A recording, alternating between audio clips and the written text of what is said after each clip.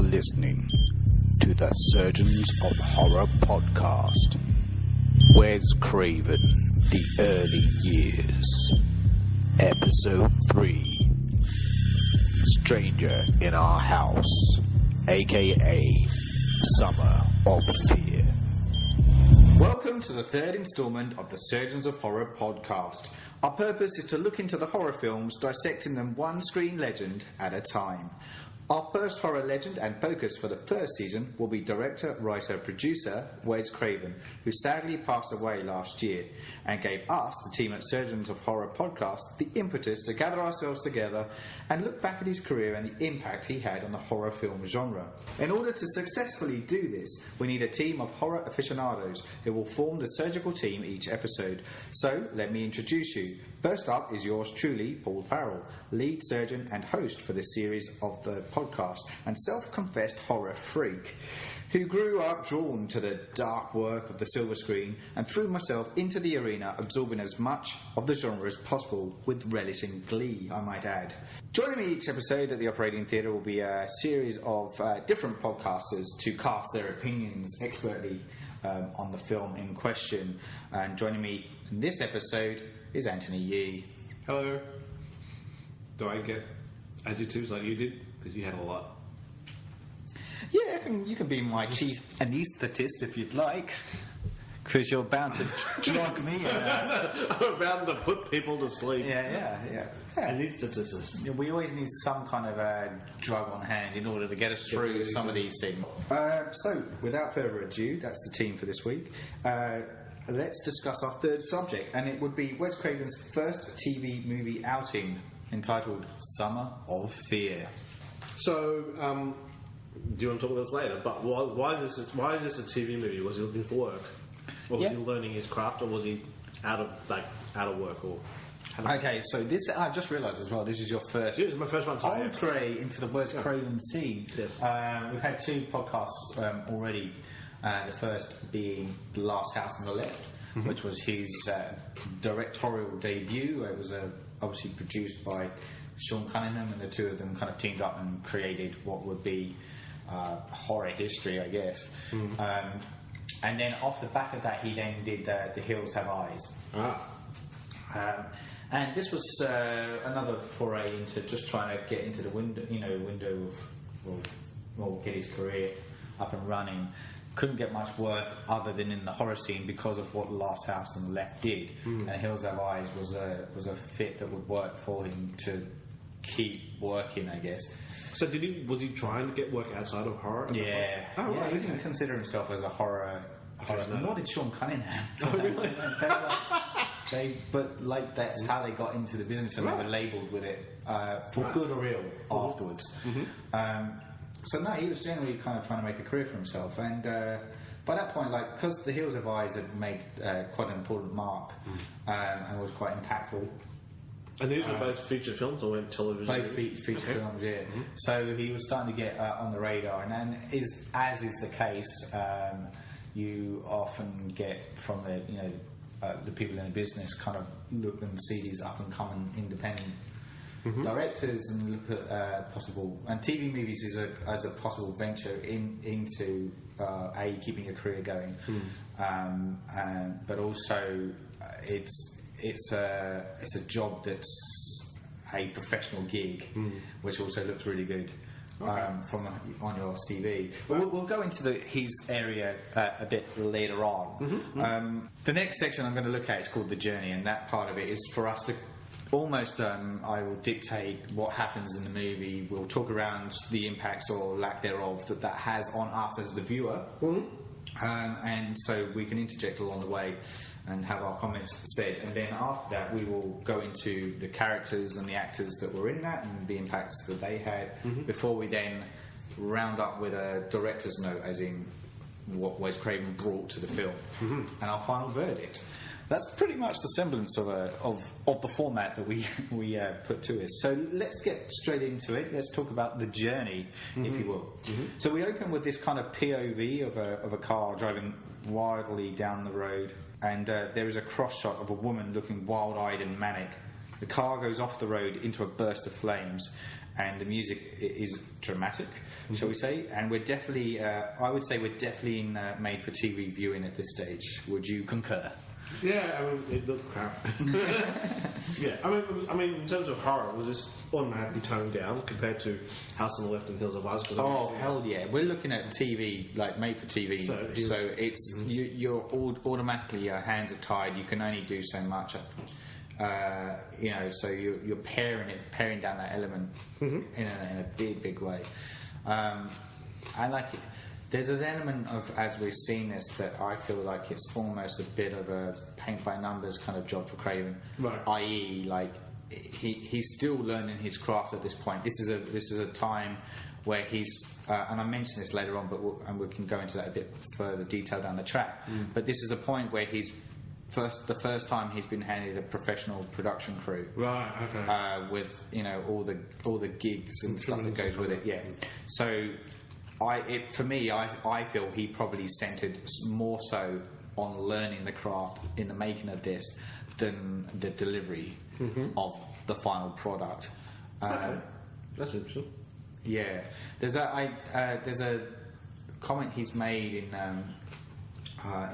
something I read where he definitely had drawn. I don't know whether it was intentional at this stage though, but as his career went on, he definitely drew a line between the Wes Craven he is when he directs feature films as opposed to TV movies. Oh, okay. He felt when he did a feature film he had to live up to the brand of Wes Craven, right? Whereas TV movies for him was a paid gig, right? So he's a gun for hire, right? Okay. As opposed to having the license. Well, that sort of makes sense, and sort of the day job that we do. I mean, I direct commercials for a company. Yeah, and I'm nowhere near as invested to the point of obsession when it comes to my own projects, which based on the conversation we had yesterday, based on the film that I'm putting out very soon, and how I obsess about every frame and every colour. Oh, God. Yeah. But for a high gig, it's more about what the client wants and blah blah. So totally get that. Yep. Yeah. Absolutely. Car crash. So car crash. We've had this car crash. So then the next scene, we're then introduced to Rachel, played by Linda Blair, who people may know from The Exorcist. The Exorcist. She's lying in a bed, not Exorcist style, I might add, and she awakens to find her grieving parents. We learn that her aunt and uncle have been killed in an automobile accident, and we get the somewhat awkward line. Didn't they have a daughter about my age? Heavy exposition. Yeah, I'm like, yeah, sure. What is her age at this point? Because she's not Linda Blair. No, she's 17, 18? Yeah, she'll be older. I don't know the exact age that she was when. Just before she started doing soft porn. Yeah. We're looking. She just came out of rehabilitation, and so it was her first roll back into the working environment again. Yeah, sure. We've heard that they haven't been in touch, with the family for about 10 years. But surely you'd remember having a cousin, yeah? I just putting it out there. Anyway, in the next scene, we learn that Rachel is a keen horse rider and that she's dating her trainer Mike. Julia arrives on the scene, so she's the cousin, and is evidently scared of the horse. Horse doesn't like her either. No, that's right. Horse is rearing its horses know stuff. hooves. Don't know shit. Yeah. Rachel and Julia end up sharing bedrooms, not in a kinky way. And Rachel gives up her bed, again, not in a kinky way. And Julia seems quiet and withdrawn at this stage. Very mousy. Yeah, and mousy is a great description. Linda's trying to bring her out of her shell and trying to make her feel comfortable because, hey, I know your parents have just died. Yeah. But hey, we're here to make you feel welcome. Why are you so down? Please sit down. So chill out.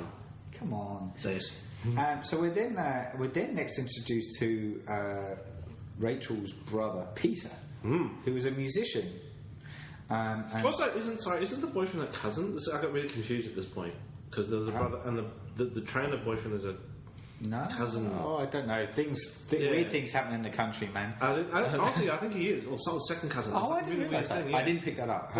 Yeah, that's why I was a bit pausing rewind. So we're introduced to the brother Peter. Rachel tries to fob off Julia onto him for the night so that she can spend some time with Mikey. At dinner time, the family wait for Julia to arrive at the table. When she does arrive a little late, there is a bewitching music playing in the background, and everyone seems transfixed. Ooh. Rachel then goes into her bedroom where she accidentally knocks over Julia's suitcase. In doing so, she discovers porn. Oh no, she discovers a tin containing a tooth. A tooth, yes. That was a bit odd. It was very odd. I'm sure what that. I mean, it would be odd anyway to find that, but I thought it was odd even so in this particular instance. Just knocked it over. Yeah. Yeah, fair enough. Mike, she talks to Mike about it, about the tooth, but he just dismisses it as a good luck charm. And Rachel begins to think that there is something amiss about Julia. The next day, Rachel offers to take Julia shopping, and we learn that Rachel's friend Caroline, Fran Drescher, the nanny! And this is back when she was trying to have a normal voice. She was. This is years before she realised. Yeah, it was the day she realised that her voice was her advantage. Yeah. But up to that point, because she can speak quite normal. Oh, really? Yeah, she's been trained for years. So apparently she can cloak it. But it's when she's not thinking that she goes into the high-pitched nasal whine. And the day she discovered... Somebody pointed out to her, said, why are you disguising your natural voice if that is your point of difference? Yeah. And she went, oh, shit, you're right. And then... Boom, there you go. But I'll give this about Fran Drescher. She looks like Fran Drescher, no matter if she's 16. Oh my god, yeah. Or 36 or 46. She looks the same. Doesn't age. Yeah, she's a vampire. Oh, is that why? Oh, I didn't know. Did it to IMDb. Oh, I didn't. I honestly, I wasn't aware. It's in Wikipedia. Yes. But there's elements where that definitely comes out. Her voice definitely comes out in this film. In this particular film, though, she's playing a nurse at the hospital, and she meets Rachel and Julia for lunch. Julia then goes off on her own, but then comes back from clothes shopping with something of a makeover. And she's almost like it's if she's trying to make herself look like Rachel. Yeah, it was a little bit single white female. Yeah, kind of thing going on. We're also introduced in the next scene to a neighbour called Professor Jarvis, who just so happens to be an expert on the occult. Do you know something, like, as a massive aside? This dude wasn't black, like a black woman with wisdom. What? Yeah, that's the thing in the horror film. The black woman is the one with the wise person who knows all about the voodoo and whatever, shit like that. That's the stereotype. But the one that Hollywood get the cotton onto. So this is a white man. Isn't this? This is very pre. I mean, I'm trying. I'm trying to tread carefully here about and be PC, but this was before that, though, wasn't it? Like when it's heavily white dominated. Hollywood was that way inclined. I'm sorry, I'm trying to really find a right way of putting it. I do know, and as an aside, I wish I was an expert on the occult. I think I'd be shit hot at it. I think you would be. I could see you pulling off a volume of work off a shelf. I'd love to. That happens to speak specifically to your neighbour's nightmare and open up to her hand to go, the demon, blah, and it said he was specific to your thing. It will happen. Well, fast forward 20 years and that'll be me, buddy. You at least you get a nice ranch. You lived on a ranch, didn't you? I did live on a nice house. Yeah, it was a beautiful house. So you get a nice house. It all burned down, though. Before you die. Oops, spoiler alert. Because once you relay the information, you're useless to the plot. So that's it. Die, baby. Speaking of death, no, not at all. Giving it a game away. Sundance, the horse, then goes crazy and has a strong reaction to Julia. Sundance is banished to the local stables, much to Rachel's chagrin. And so this is the first time Rachel gets really whiny. Yeah. Really whiny, and it's just a window into what is to come. The first of many. First, it's just whiny moments. No, Daddy, Sundance! And oh my God, what? Yeah. Is there a reason? Do you think this is a reason why they were prone to ignoring her? Like, it's as normal families do. You just with the demon woman. You do. You really like fucking shit. Yeah. Okay, so then we have Julia and Tom. So Tom's the father figure of the household. Oh yeah. Are having a bit of chess action, and a sensual massage ensues. Rachel arrives on scene with a dress that she made herself, which isn't very flattering on her. No. The next day, Rachel wakes up and finds that one of her photos is missing and from the frame, and that more horrifyingly, her face is covered in hives, which means that she won't be able to attend the school dance. Oh no, Daddy, no! Why? Her brother Peter encourages her to let Mike take Julia in her place, and Rachel reluctantly agrees. The highs was pretty bad makeup. Yeah, it wasn't. It was stuck on. Was that what it was? Pieces of pink. Oh, right. It was like cornflakes. Cool. It was really weird, but didn't even for that. And then, must admit, I didn't really notice. I was too busy trying to find the plot. Trying to tune her out and find out what is going on. Yeah. Okay. Anyway, so due to this mishap, Julia ends up having to borrow the ugly pink dress that Rachel had made from the earlier scene. Only it somehow looks really good on her. Yeah. They definitely tucked it in places, and it was almost like it was a different dress. In fact, it probably was a different dress. A wardrobe dresser off camera. That's it. Yeah. There is a moment in this scene, though, where Rachel can't see Julia's reflection in the mirror, but presumes that this is because of the medicine that she's taking. She firstly presumed it was because of a faulty mirror. That's how dumb this movie is. No, it's to do with the medicine. She thinks she's not high. She's high as fuck. Yeah, man. Which is where we want to be. So Rachel then has this dream or premonition of running along a road with Mike. She wakes up and finds burnt matches by her bedside. She also finds some crumpled up paper with some burnt hair inside of it. The paper has been torn from the interior of a clothes drawer, in which Rachel finds some kind of phallic object. Oh. Said object apparently has some of Sundance's hair on it, which causes Rachel to run to the stables to check on the horse, only to find it all appears well. She returns home, and not long after, Peter comes in without Julia, saying that she had spent the whole night canoodling up to Mike. What a slut. The next day... Sorry? She's a man-eater. She is. The next day, Rachel confronts Mike about it, and he's dismissive and a bit of a dick about it, actually. Yeah, so he's being a bit of a dick. She's being a whiny bitch. So you don't like anybody at this point. So this is making like classic found footage horror movie mistakes. Making the cast completely unlikable. Yeah, man. You don't feel sympathy for our protagonist. Apart from the witch. Oh, hold on. Did I say she was a witch? Is that too soon? Oh, spoiler alert. Rachel takes part in the horse trials, and once again, Sundance flips out. This time, breaking his leg, and he has to be put down. No, Daddy, don't put him down. Oh, fuck, shoot her too. Rachel is devastated, I'm going to put it politely. She's lost her boyfriend and now her horse, and what also seems to be her place in her family. Yes. Even Caroline, the nurse, Fran, has started to hang out with Julia more often. This is a lovely moment because she can't leave the house because she's infected with hives. Yeah. And then Caroline goes, oh, I'll go with you instead. And she just watches as they both jump into her Ferrari. It was a nice car. It was a pretty nice car. And it's like really pouring it on. It's like, oh, such a sad song. Ah. So Rachel then goes to Jarvis's house, the occult expert, to ask advice about the occult. He lends her some books on the matter. Rachel then returns to the house to find the phallic object, but instead, she goes in search to grab the phallic object, to find instead the missing photo of her covered in red marks, alluding to the hives. yes.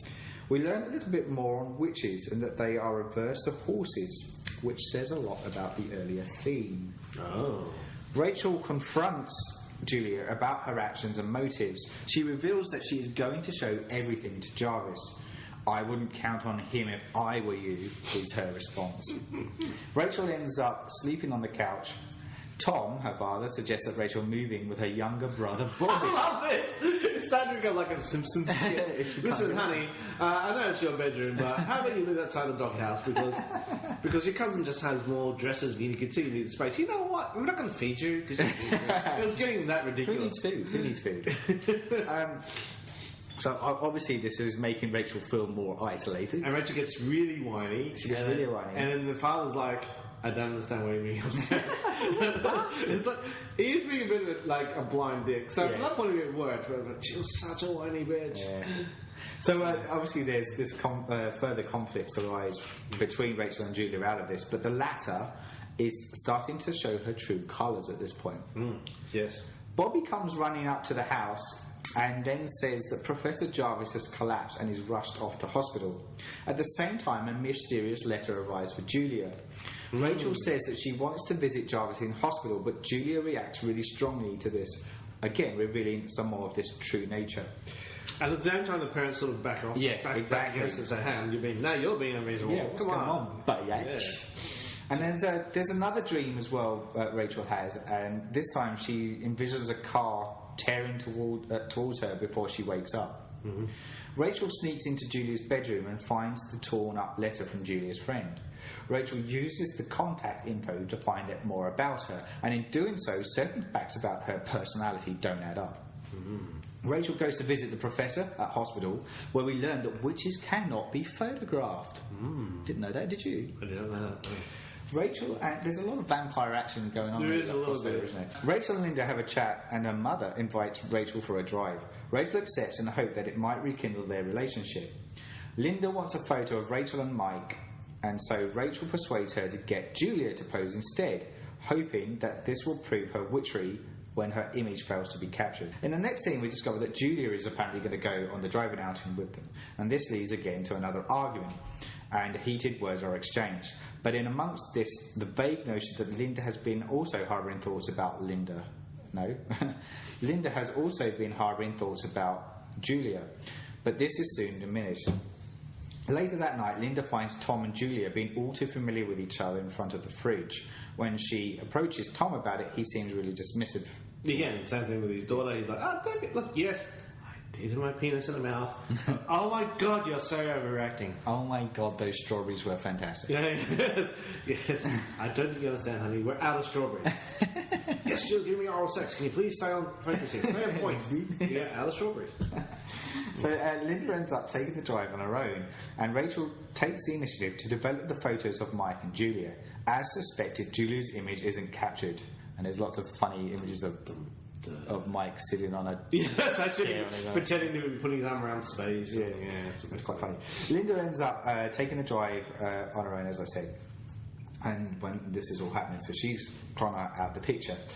Rachel is then disturbed by Julia, who snatches the photos before burning them. She also reveals that she's in fact Sarah, the cleaning lady to Rachel's aunt and uncle. Yeah, not her cousin. She's not the cousin, yes. A fight breaks out between the two, and I love this bit where Julia tries to chop off Rachel's head with the what do you call those things? The paper cutter. Paper cutter, yeah. Paper cutter, yeah. The cleaver. Cleaver, yeah. I thought that was really funny. Rachel manages to lock Julia in the photo lab, and then Tom, the father, attacks Rachel before being knocked out. Sarah punches a hole through the door, smoke billows, and her eyes turn feral before she blows up the door that has kept her entombed. You want to say anything on that bit there? No, what was that? Yeah, so I just remember she's in the photo lab, right? Yeah, she's been locked in, and she's smashing open the door, and then all of a sudden there's a huge explosion, and then she just looks like something out of a Stevie Nicks video. Yeah. And her eyes are really crap. Yeah, they are really crap. Yeah, it's a bad effect. I was trying to be polite. Yeah. Rachel then runs out of the house and gets Mike to drive her to find her mum. Julia chases after them in another car. Suddenly, they lose control of the car as it is being operated by another force. Mm-hmm. Sarah tries to ram them off the road, and the hood of the car pops up and the brakes fail, causing Mike and Rachel to crash off the road. But they're okay. Yeah. They survive it. They're tough cars, though. They are. American made. They began to run up the hill, and they spot Linda's car in the distance. Linda is also unable to control her car. Yes. Julia then comes driving up to Mike and Rachel, intending to drive them off the road. She's so intent in doing this that she nearly crashes into Linda coming in the opposite direction. So she swerves and then ends up over the cliff as the car bursts into flames. Clearly not American made. No. In the outro, we learn more of Julia's misdemeanors, but all is well. It is all happy families again, and Rachel even gets a new horse. Yes. In the closing scene, we see a taxi pull up to another house, and a girl and her mother come to greet the passenger, who is revealed to be Sarah, and that she is to be the new governess of the household. Freeze frame, close credits. So it's the cousin. It's her. It's the young witch. Yeah. It's the witch. It's the witch. So I was getting names confused. Oh, too many names. But yes. So twist. But she's alive. Yeah, she's alive. My God. And is it her, or is it maybe just the one? Different witches have the same face. I don't know. Good call. Yeah. It's a nice face. It's giving the film a bit too much credit. But yes, may as well have a face. Yes. So anyway, that was my wish. Linda, let's go through Linda. The characters. And the actors. Yeah, let's do it. Okay, so Linda Blair, who plays Rachel Bryant. Rephrase that. Her name's Rachel. I'm a whiny bitch, Bryant. Right, yes. And she's, as mentioned, best known as the possessed child Regan from The Exorcist. She would reprise the role for The Exorcist 2, The Heretic, and the role earned her a Golden Globe Award and People's Choice Award for Best Supporting Actress and an Academy Award nomination. Really? The Exorcist 2? Yeah. Really? Was Exorcist 2 any good compared to the first one? Can't remember. I can't remember. I want to talk about it in a later podcast, by the way. Yeah. Happy for you to be involved. Yeah, sure. Her later career would see her turn to low-budget horror films with dubious outcomes, such as Hell Night, Chained Heat, and Savage Streets, earning her a few Golden Raspberry Awards along the way. She would also cameo in Scream, her later Wes Craven feature. She'd be in Repossessed. Yeah, the comedy. Yeah. And TV series Supernatural as Detective Diana Ballard. Oh, really? Is she in that? I should ask my friend Amy about that. That's probably her career. in a very short nutshell. In a short nutshell? In a small nutshell. We've kind of spoken about her a little bit in here. Very whiny, but is that... Okay, overplayed, sure, yes. But isn't that the purpose that, like... I think this is... She's a teenager. This is some writers... This is what teenage girls like. The spoilt, rich teenage girls like. In fact, he's probably not wrong. But it's just grated. If our heroine is just an annoying bitch. And even when she's being nice, she's being overly nice and very... It's very forced. And you wonder whether, like as I said in the intro, that this is her first time back from rehab, whether it was just trying really hard to just get some kind of semblance of her career up and running again. That it was kind of forced a bit. Her performance. Plus, it's TV movie, and I'm not saying. I'm guessing that I do. TV's changed so much since these days. But I'm wondering whether that. It comes across as daytime soap. It does. It's melodrama. So because everything is heightened and accentuated. So I'm just wondering whether that kind of allowed for that kind of a performance to come about. But is that Wes too, not knowing he's corrupt enough? Exactly. Sorry, I'm talking over you. Go on. No, I'm just saying, was that Wes not knowing enough to go? Hang on. My lead is being just annoying. Maybe he found that charming, but. Straight off the bat, biggest weakness in the film is your lead is just unsympathetic and annoying. And just one-dimensional. All she did is whinge and whine. Pretty much, you get it to a certain point, yes. It was kind of comedic that all her shit is being taken away. But for a strong hero that you can get behind, she'd have to be more resourceful than that. You think so? There are elements of that, or they were trying to do that when she's trying to research all the the occult stuff, and so there were elements of that coming through. But you're right, it became very two-dimensional as a performance. Anyway, but let's look at Lee Purcell, who plays Julia Grant / Sarah. Like, she was known for her roles in the 1970s and 80s with Mr. Majestic, Big Wednesday, Stir Crazy, and Valley Girl. Her first feature film, Adam at 6 a.m., would be alongside Steve McQueen and Michael Douglas. She also received 2 Emmy Award nominations for Long Road Home and Secret Sins of the Father. What do you think of her in this? Well, she seemed a bit older for a cousin of the same age. She just came across as older. It definitely came across as older, you're right. I don't know if there was an age gap in that sense, but you're right. More mature. She was. And she was a better actress than that. She played Nelsie really well. When she goes evil bitch, she's like... I was totally going to say that. For me, this is her movie through and through. She showed range. Yeah, she did. And vulnerability plus...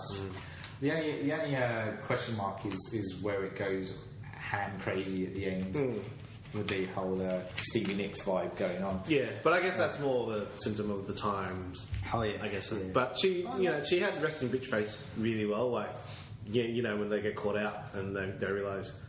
And their true colours shine through. She had that. I really like those moments actually in her performance, like the bit in the kitchen as well, and just turning, and there was just some nice moments in there, and I give her credit for that. Yeah. So let's probably the rest of the cast are irrelevant. So straight to the end. No. We will go through them. It's just obviously they're not as high profile. We had Jeremy Slate playing Tom Bryant, the father. He would appear in numerous TV shows such as daytime soaps. One Life to Live and Guiding Light. He was also in Gunsmoke, Mission Impossible and Bewitched, to name some of the, the kind of TV things he'd crop up in. Yeah. I was also in a number of outlaw biker films of the 60s, and towards the end of his career he also had a role in The Lawnmower Man. Oh, really? Yeah. Who did you play? No idea. Okay. Look, he was good as Clueless dad. Yeah. Yeah. I like he tried to play chess with his kids. That was kind of cool. He He was also trying to do that, and this is, I guess, an echo of the father figure in Last House on the Left, where there's that element of trying to be hip and cool with his kids and really not being so.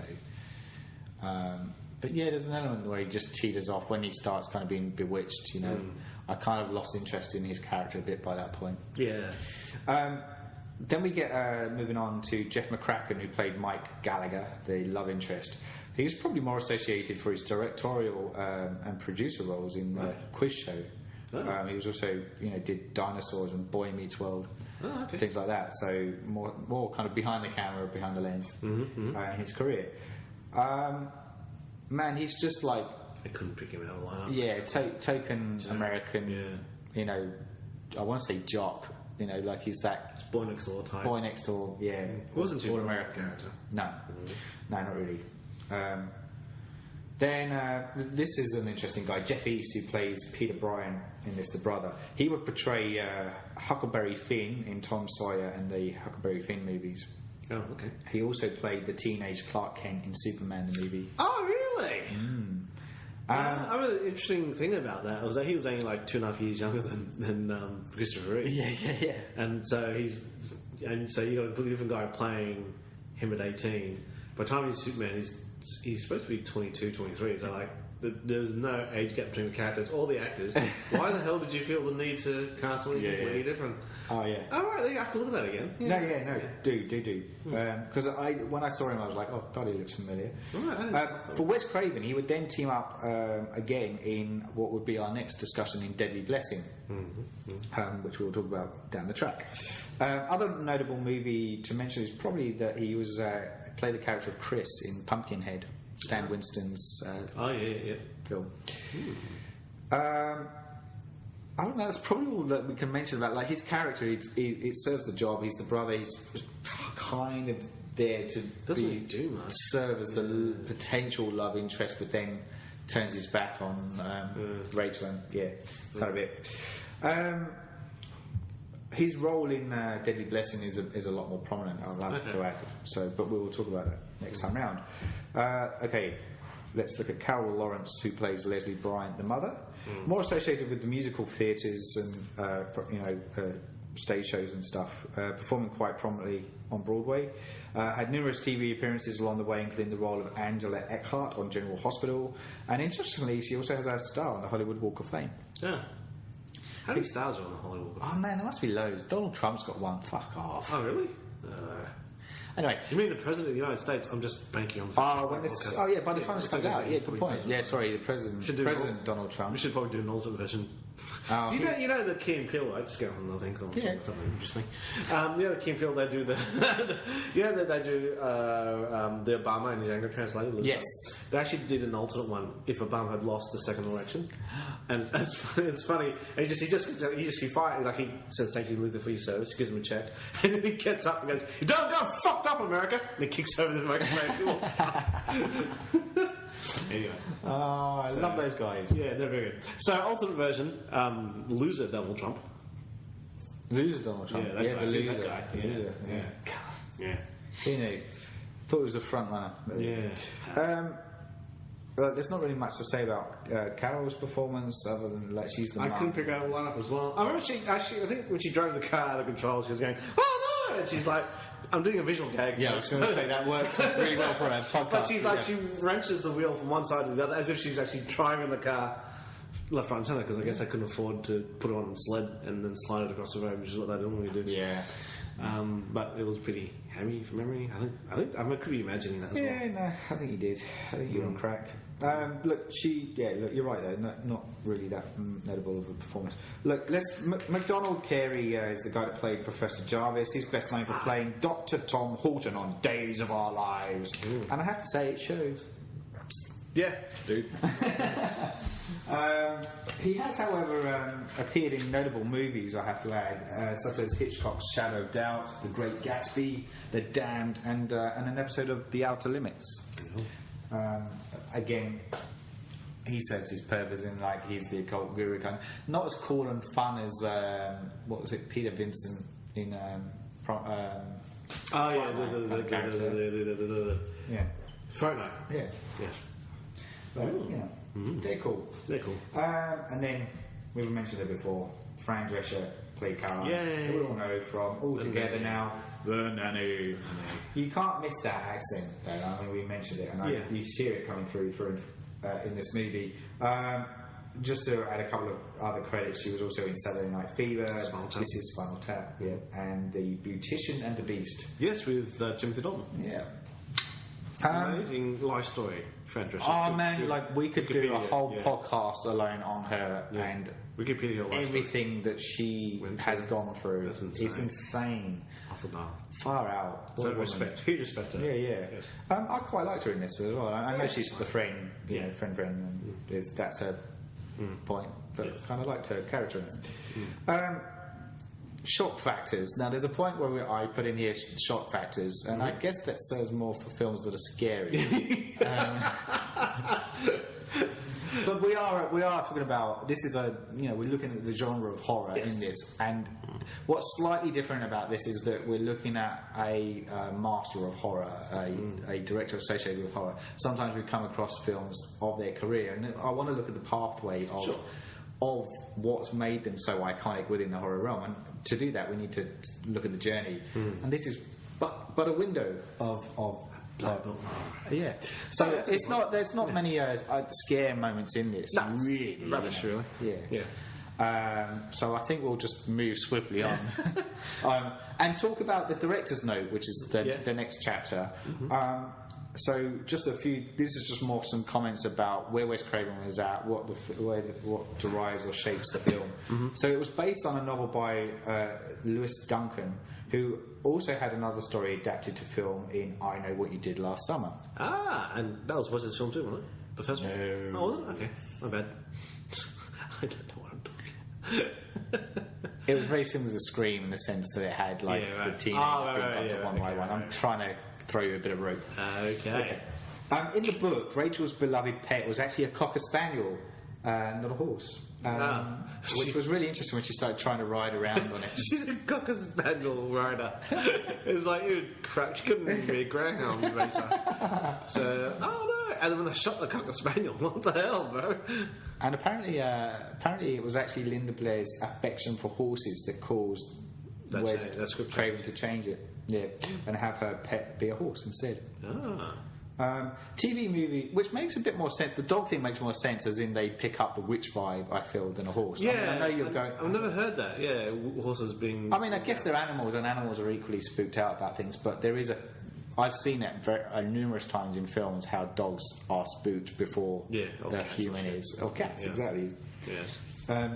But yeah, anyway, TV movies were a big deal back at the time of shooting. They were still Hollywood properties, but a bit obviously with a more moderate budget, and with because of that they could use known stars. Hence Linda Blair, fronting it. As I said, and Wes Craven notes in the DVD commentary that this was Linda Blair's first film back after running into some trouble with the law the previous year. It would be her final starring role in a television movie. Right. Okay. Craven would, again, as I'd said, would soak up the experience of working on a professional set. This would be the first time he worked with 35mm, the first time as well that he would use a dolly, for example, as an instance of equipment he hadn't come across before. And this would also be by making this film, he would then become a member of the Directors Guild of America off the back of this. Right, okay. Despite being exposed to the professionalism, he would have less creative freedom on this project, and I think that's evident. Oh, completely. So that kind of rounds up his journey in his career. Third film, and this is first time he's kind of faced with, I guess, having his hands tied behind his belt back. But the extent of of what he had at his fingertips to play with really kind of think helps him sharpen his tools for films that were to follow. Well, I think the interesting thing for me is whenever a feature film director does television, the work suddenly becomes indistinguishable from other TV works, which I think for me points out that the genre wins always. The first example I had of this is when Dark Angel, which is the Jessica Alba vehicle, and it was a James Cameron property. Yeah. And there's been a big deal that one of the episodes coming up was going to be directed by James Cameron, and it looked shit. It looked generic. It looked like, in fact, it looked a little awful compared to the rest of it. And I was I'm thinking, see, he couldn't adapt to the restraints of his own show, ironically enough. And we've seen that before with like Tarantino directed episodes of Alias. And he did ER as well. I remember he did an episode of ER. And I think if you didn't tell me that, I wouldn't have picked it. Like it looks like another episode. So I think the strengths of the genre of the format of television just makes you all generic directors. Yeah, although in this instance it is a TV movie as opposed to a TV show, part of a canon of a series. Still, he's restricted by what he can do, what he can say. He's shooting time. I'm guessing they do a lot less takes than they would prefer.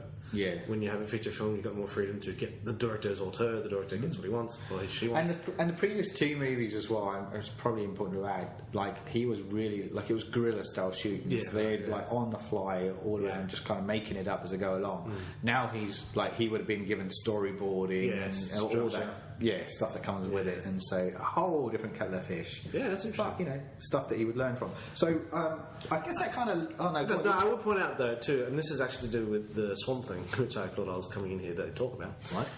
What now? But I did notice, when I did sit down and really look, he makes a lot of technical errors in the Swamp Thing, and I think, as a technical director... Certainly at this point in his life, I don't think he's that great. No. Just the way he coverage is all a bit off, the angles are just a little bit off. He breaks the 30 He was known for, like, because he started off really predominantly in editing, so, like, he's really known for being a really good editor and a writer too. So in the areas where he's written for the films, this not being one of them. Yeah, right. He became, quite well known, particularly by the time A Nightmare on Elm Street comes around. Yeah, it's an area where he's honing his field. And, I completely agree with you that it's there are elements of his work that don't quite shine. Particularly, like, unfortunately, we're looking at the earlier years. And we're not actually going to get to talk about A Nightmare on Elm Street in these earlier sessions because we're really looking at the journey that leads to that in this instance. So, it's interesting, though. Yeah. I mean, like, the journey's interesting. Like, you're right. It'll be interesting to see how that develops as his career goes along. I'm always fascinated by... Because I'm guessing a lot of feature film directors these days don't have that grounding in... television movies. Like Spielberg had cut his teeth in TV. And I think there's something to be said about that. Having said that, these days, these current generation directors are shooting on 5D, get mates. So maybe we'll go back to that again. I don't know. Who knows? We will see. We will see. Mm-hmm. Okay, so let's... next section is our verdict, essentially. What did we feel about the movie? I'm going to say a couple of things on it. The film first aired on television on NBC on Halloween night. That's what it was geared for in 1978. Which also was when a certain John Carpenter film came out that changed the face of everything. Changed the rules, baby. The movie was then sold to CBS and ultimately was retitled Summer of Fear. And I've got here, I think this is a quote from an AllMovie critic saying that they called the film a modestly entertaining horror item, whilst most reviews have tended to stray into the negative. It's rubbish. Yeah. Would you watch it? And I always say this, like, as in, like, I have an association. I don't know whether it's because I was sick a lot as a kid. But I always have an association with TV movie as in, like, when I'm at home at sick.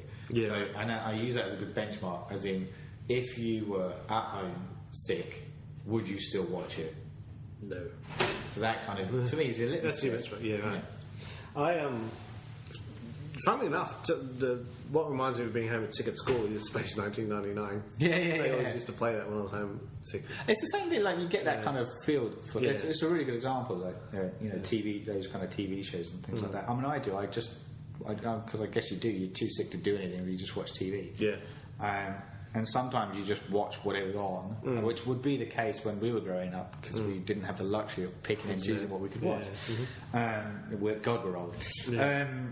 But yeah, like you're right. It's you just watch what was on, and this would have been something that we would probably have come onto our TVs when we were in that instance. So I'm just wondering if it would have been shall I give this a go or shall I? I think I would have, because there was nothing in there to hook me in, because there was a bad girl's journey with the horses and getting shunted out by another girl. Particularly as a school kid, I would have gone, whatever. It's the Saddle Club gone wrong. Yeah.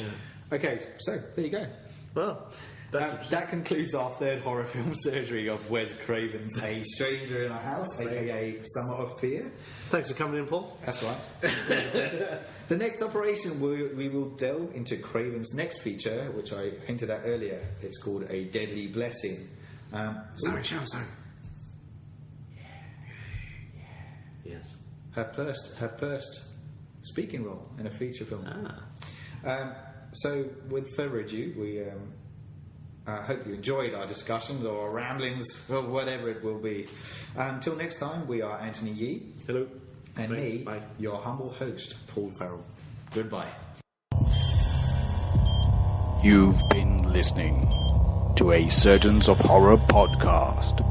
Wes Craven, The Early Years.